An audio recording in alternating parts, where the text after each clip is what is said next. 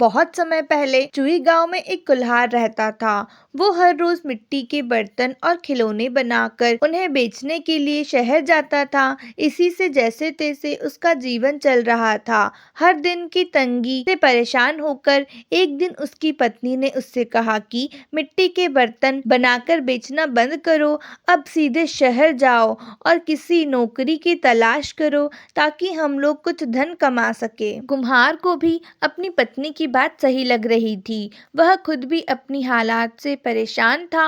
वह शहर गया और वहां जाकर नौकरी करने लगा। भले ही वह नौकरी करता था, लेकिन उसका मन मिट्टी के खिलौने और बर्तन बनाने का करता रहता था। फिर भी वह मन मारकर चुपचाप अपनी नौकरी करने में लगा रहा। ऐसे ही उसे नौकरी करते हुए काफी समय गुजर गया। वह जहाँ काम करता था, उसके मालिक ने एक दिन उसे अपने बेटे के जन्मदिन पर बुलाया। जन्मदिन के उपहार के तौर पर हर कोई महंगे महंगे तोहफे खरीद कर ले गया था। कुम्हार ने सोचा कि हम गरीबों का तोहफा भला कौन ही देखता है, इसलिए मैं मालिक के बच्चे को मिट्टी का खिलौना बनाकर दे देता हूँ। यही सोचकर उसने मालिक के बेटे के लिए एक मिट्टी का खिलौना बनाया और उसे उपहार के तौर पर दे दिया। जब जन्मदिन की दावत खत्म हुई तो मालिक के बेटे और उसके साथ के दूसरे बच्चों को मिट्टी का खिलौना खूब पसंद आया। वहां मौजूद सभी बच्चे वैसा ही मिट्टी का खिलौना लेने की जिद करने लगे। बच्चों की जिद देखकर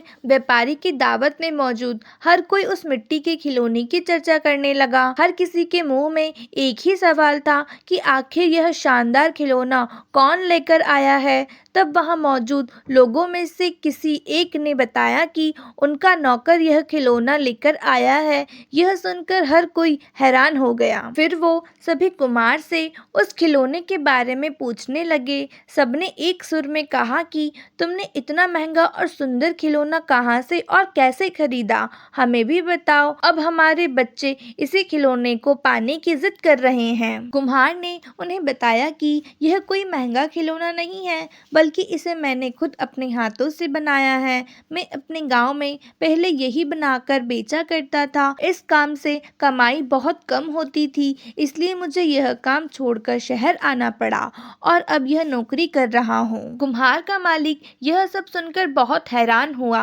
उसने कुम्हार से कहा, क्या तुम ऐसा ही खिलौना यहाँ मौजूद हर एक बच्चे के लिए भी बना सकते हो? कुम्हार ने खुश होकर कहा, हाँ मालिक, ये तो मेरा काम है। मुझे मिट्टी के खिलौने बनाना खूब पसंद है। मैं इन सभी बच्चों को अभी तुरंत खिलौने बनाकर दे सकता हूँ। इतना कहने के बाद कुम्हार ने मिट्टी जुटाई और खिलौने बनाने में जुट गया। कुछ ही देर में रंग बिरंगे कई सारे मिट्टी के खिलौने बनकर तैयार थे। कुम्हार की यह कलाकारी देख उसका मालिक हैरान होने के साथ ही काफी खुश भी हुआ।